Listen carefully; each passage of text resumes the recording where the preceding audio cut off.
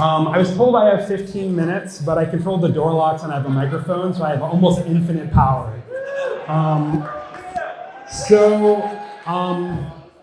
At Gridspace, I'm Anthony Scodary, I'm co-founder, co-head of engineering at Gridspace. We work in speech and language technology, and one of the questions we ask every single person on the interview at Gridspace is to tell us one controversial personal opinion that they can defend. And everyone who knows me knows that I like to defend controversial opinions. We're going to tell a story tonight, or we're going to tell 3 stories, and I'm going to try to weave together a garden path argument that is somewhat controversial and in tension with some of the earlier talks. But it's really meant to explore what is possible and maybe reframe an industry that is very traditional and very conservative in the frame of what is now possible. So a little bit about me. Again, my name is Anthony. My background originally was at Stanford. I did physics. I did research on gravitational lensing, and then I got a master's in the aerospace department, where I was in spacecraft systems development laboratory. Then I was at NASA JPL, which I actually worked with Luis in the front row. A round of applause for Luis. Yeah. I worked on the Juno microwave radiometer that went to Jupiter. I worked on unmanned aircraft that were Earth observing. And then I worked on Curiosity, or Mars Science Laboratory, for about 4 or 5 years, basically phase B through operations. I took 0 days off between leaving JPL and starting Gridspace with Nico and Evan, my co-founders. My background is in basically autonomy using scientific instruments, and that's what got me into machine learning, and which got me into deep learning, which is what ended up getting me to do this.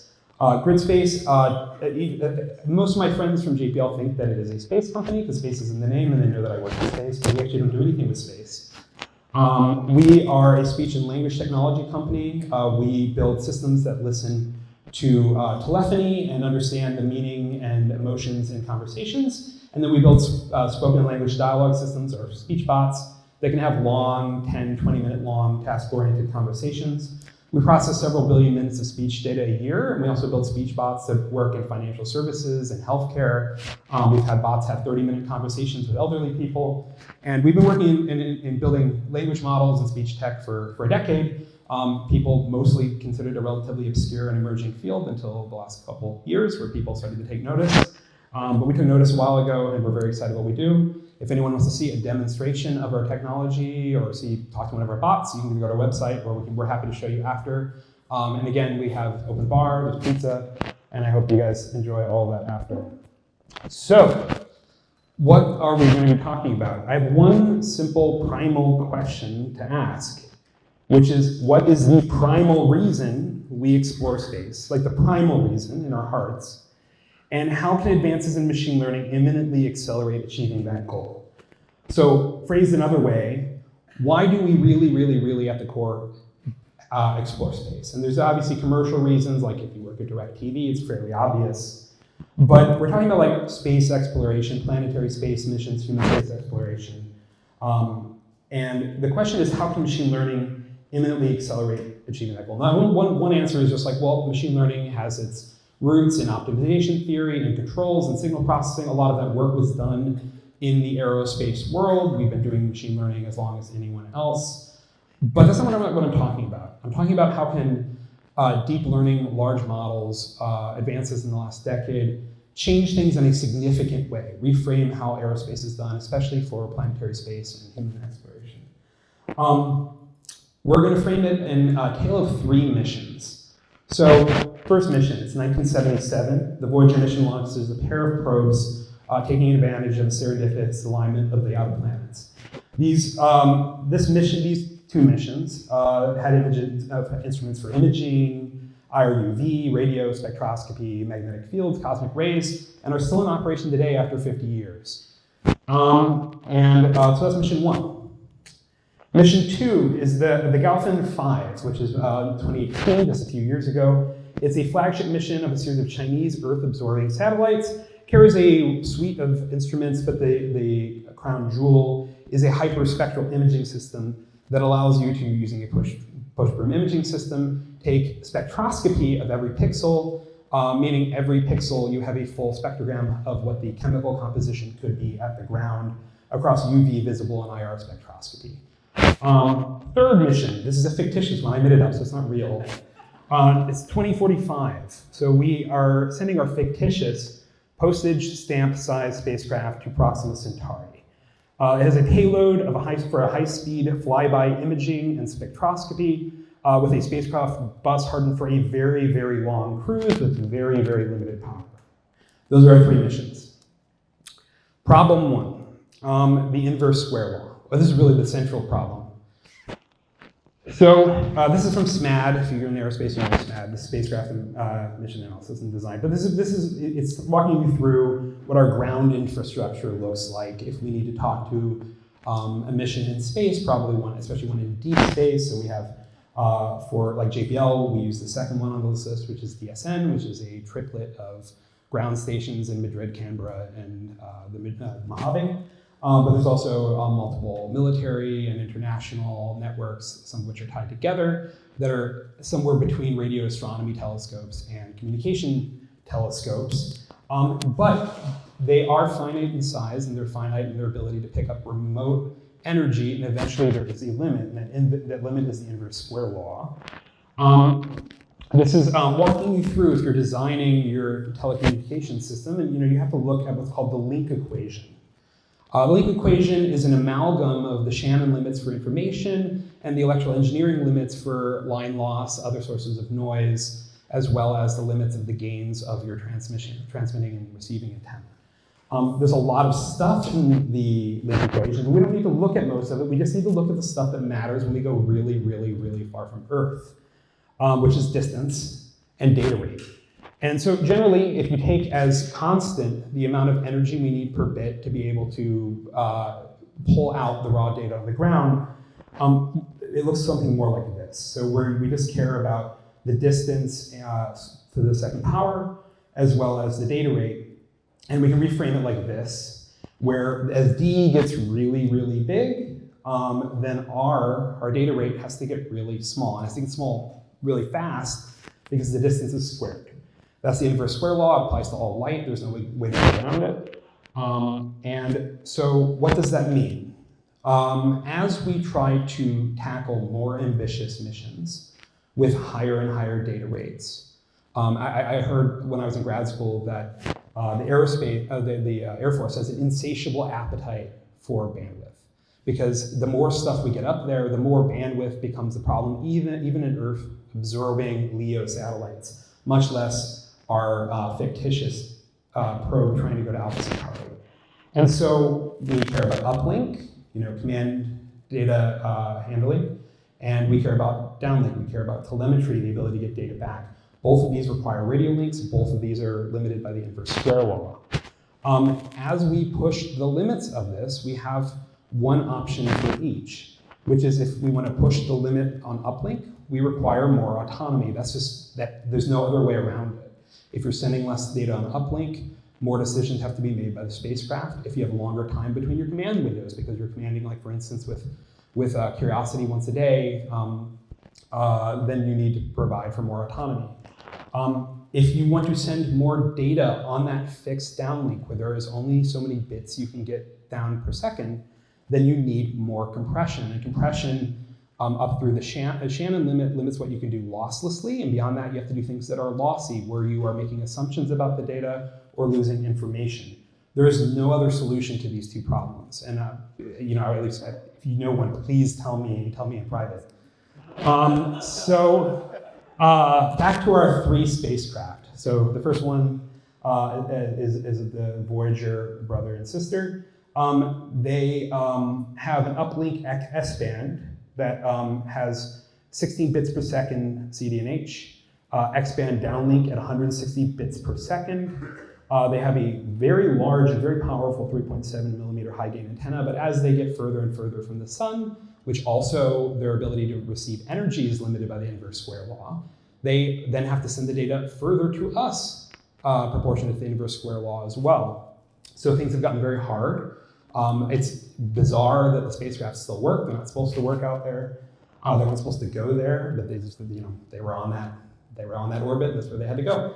They are both very far away. Voyager 1 is slightly further away because of its additional orbital assists at 24 million or billion kilometers away. So they're really, really far away. Galfin 5. So it has a limitation that all hyperspectral imagers have, which is that hyperspectral images are huge. They are a 3D cube of data where you have one is the direction of travel of the spacecraft. The second, orthogonal to it, are the CCD pixels or whatever they are. And the third dimension is the spectrogram, sometimes across multiple bands. And because you're getting this data in a stream, you're getting a 4D cube of data that is far too large to send down to the Earth in its entirety, even though this data is insanely rich in information. All right, back to Proxima 1. So Proxima Centauri is about 1,600 times further from Earth than Voyager 2 currently is. And it's been going out there for a long time. This would limit the data rate by about 2 million x. This basically limits us to 21 bits per day optimistically. I think that's right. Sorry, I think I have this wrong. There's only 21 bits per year, which I get right in a later slide. Sorry about that. 21 bits per year that you get back from Proxima 1. And we're not getting we're not getting images back from Voyager anymore. We're getting basic health telemetry once a week. There's a team of basically volunteers keeping it alive. One of them is sending back garbled stuff, which has happened before. So 2. So now we're talking about the inverse square law. 2, we're talking about what is the goal. What are the cultural artifacts of space exploration? What does that mean? I'm saying, what do we actually get out of doing space exploration? Years later, what is the end result of doing that activity when maybe all the people who did it are dead?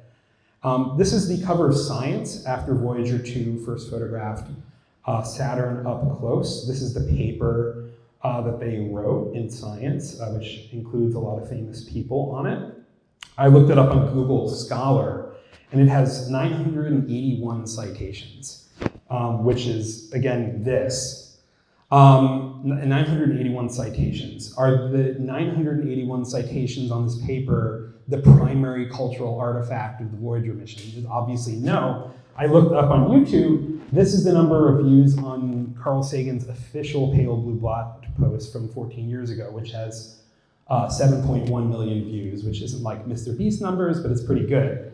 And so my point is, a lot of beautiful things that inspired a lot of people came out of the Voyager missions, primarily in the form of images that were published in children's books, popular television programs, but the amount of information that ultimately got boiled down to a fairly small amount of cultural artifacts. And that's the lasting legacy for most people. To be more precise about my argument, 1, raw telemetry is useless to scientists until it is processed. 2, processed science data is useless to the research community until it has been analyzed, published, and probably peer-reviewed, although in the days of archive, that's kind of gone away. 3, scientific papers are often useless to the interested public until distilled and contextualized by science communicators. 4, popular science is often unappreciated broadly until it's slowly absorbed into the fabric of the cultural landscape. So what I'm getting at is that the fundamental cultural artifacts are basically answers to questions like, where are we in the universe? What's out there? And what would it be like if we went there? People always say things when they're criticizing human space exploration, which I'm a big supporter of, like, why would we send people when you can send a probe for 1/100th the cost? The answer is because we're people and we want to know what it's like there, and so we want to send people in our stead. But that's not going to be possible for a postage stamp size spacecraft. Which brings us back to our 3 little guys.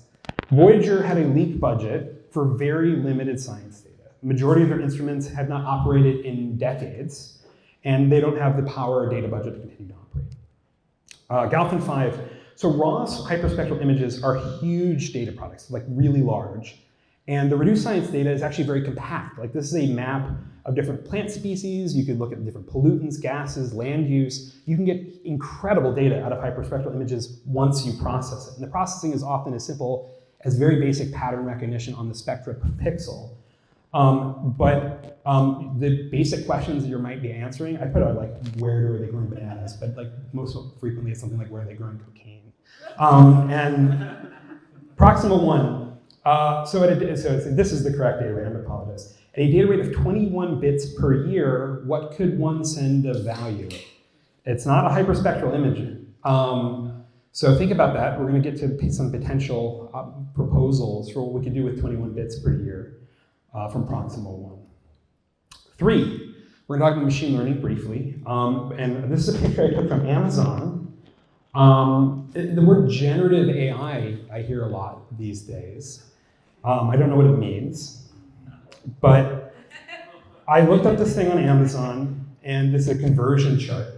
And it zoomed in. This is the conversion table for, I think, oven temperatures for Fahrenheit to Celsius. Now, I actually did not know Celsius existed before this talk.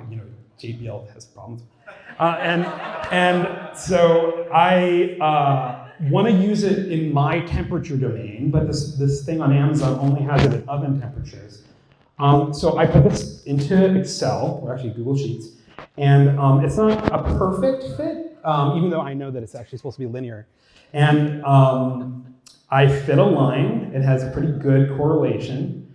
And I got an equation out of it of 0.56 times the temperature in Fahrenheit minus 19. And I generated my own little table here for the temperatures I experience in my daily life. It's not a perfect fit for the data, but I think I did machine learning. And so machine learning models of all types, whether it is a massive language model, a ConvNet, or linear regression, or an SVM, or whatever, can only do 4 things. It can interpolate, extrapolate, predict, and reconstruct. And predict and reconstruct are really just when there's a time dimension, but they're just other forms of interpolating and extrapolating. Oh yeah, they can hallucinate too. Well, all extrapolation is a hallucination because no one knows. But I did build this table, and this table was not on the metal thing on Amazon, and I didn't even have to pay $9 on Amazon to build my own table in a different range. This is new data. I could make whatever table I wanted. I could give it millions or billions of entries and build this table. I can run it auto-regressively and generate data indefinitely. And I could continue to generate as big of a table as I want using this equation. All machine learning is generative, and all machine learning is a form of compression.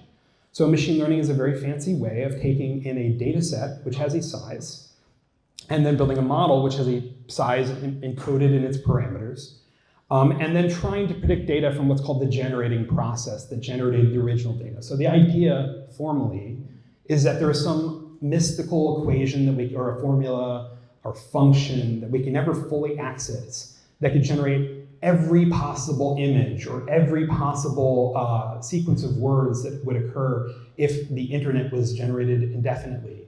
That function doesn't exist. There is no actual generating process, but it is something that we are trying to model. We're trying to model it using a fixed number of samples from the original generating process. So in the case of our Amazon tin sign, that was the little conversion chart. That was us sampling from the generating process of all possible pairs of Fahrenheit and Celsius. And then from those pairs, we could compress the sign into 2 free parameters, a slope and an intercept. So we've managed to compress the data because we have 2 parameters, but we had maybe like 20 items on the original table. And that's what you're doing with all machine learning. It is essentially a form of highly optimized compression. And I here estimate, if you look at GPT-4, for instance, it was trained on like the Common Crawl and other things. It was about 1 petabyte of data to train GPT-4. By contrast, its parameters were somewhere around 1 billion parameters. Has a compression ratio of around 1,000, which is really good, but it's not off the charts. It's a lossy algorithm. Like you can get it to reproduce maybe the preamble of the Constitution, but you can't get it to reproduce everything in its data set because it didn't have enough epochs to memorize it as much as it tried. If we compare that to other lossy compression algorithms like JPEG, that's between 10 and 100 depending on the compression ratio. MPEG's around 30, so 1,000 is really good, and that's why people are excited about machine learning. All machine learning models are generative. All machine learning models are compressive. So the reason I bring this up, so all machine learning models can be used to lossily compress data, exploiting patterns in the generating process, which in turn can be used to sample or generate new data from the original distribution. In other words, machine learning can intelligently make decisions on uplink and downlink that we cannot afford to transmit. We have, like I said, we have no other option. At a certain point, as we get further away, or we have bigger data products, we are going to be limited on how many bits we're going to be able to get to and from the spacecraft. And we need it to do more, to make more decisions on its own and bake in more priors about the distribution of the generating process. On the uplink, that would be the potential commands or decisions that someone on the human would make on its behalf if it had the ability to. That would be like target selection. That could be health management. It could be how it manages what telemetry is worth sending back. You know, these are all things that spacecraft autonomously do today, but in very conservative, traditional ways. And then the same on the downlink, where compression is fairly obvious. So for instance, taking in a 4D cube of hyperspectral images into a convnet, it obviously like nails it. And so having an onboard convnet is an example of where you can do that. So let's talk about this. So Voyager, ideally, it would have sent back images, papers, or maybe even send us back Carl Sagan's beautiful prose directly, so we can just read it, you know, if we didn't have the bandwidth to send back, you know, whatever it did with cosmic rays. Galfin 5, high-level decisions about pointing to target selection could be handled on board. For instance, if you told it, hey, you need to find where bananas are growing, first it can make a hypothesis about what countries to look at, start to form a model about where bananas are, and then more finely pick out targets and eventually find all the bananas. So there's a lot of opportunity for onboard decision making, not really required. Uplink is not a big problem for Galfin 5 because it's in low Earth orbit. And so we can send it all the commands we want. You know, but that said, there's still an opportunity for it to make minute decisions about intermediate target selections, how long to collect data, how much data to analyze. But on downlink, huge opportunity, right? Like this is really, when you went back maybe, is just a table of how many bananas by country, or whatever you're trying to, whatever plant you care about, or whatever pollutant or gas or fuel. Proximal 1. So 21 bits per year with Reed-Solomon coding, turbo codes, 8-bit phase shift coding, X-band transmissions over the proximal 1 high-gain antenna affords us this haiku. In celestial glow, breathing under foreign sun, peace in every hue. I didn't write that. It was written by ChatGPT. So in our conclusion, we must relinquish some control if we want to reach beyond. The aerospace industry is very, very conservative. And there's also a vicious cycle where as launch vehicles get more and more expensive, the investment relative to the launch vehicle that you need to put into your spacecraft gets bigger proportionally, and therefore the risk of losing your spacecraft gets bigger proportionally. And I know there's a lot of PTSD from people who were in NASA during the better, faster, stronger phase. So I won't say that, but there's an opportunity to do missions that would be impossible with massive shifts towards autonomy and compression. And so again, back to our original question, what is the primal reason we explore space, and how can advances in machine learning imminently accelerate achieving that goal? So just to review our argument, 1, the inverse square law fundamentally limits data rates for distant missions and ambitious payloads. 2, the ultimate goal of these missions is basically highly distilled at the end of the day, artifacts of raw telemetry. You know, obviously we wouldn't just want that, but if that's our only choice, there is a way to get it back. 3, machine learning offers an opportunity to make informed decisions about target selection and scientific compression. But 4, you only get that if you relinquish some control on an expensive science-based mission. And that's the trade-off. So that's my talk. Thanks, everybody. Hello, thank you for calling Gridspace's YouTube channel. Did you make sure they liked the video and smashed that subscribe button? Yes, I did. And ask them to leave any questions or thoughts in the comments. It helps me a ton. Thank you for watching, and if you'd like to talk to me yourself, go to gridspace.com and click on any one of our demos. Thank you, and talk to you soon. Thank you, Grace.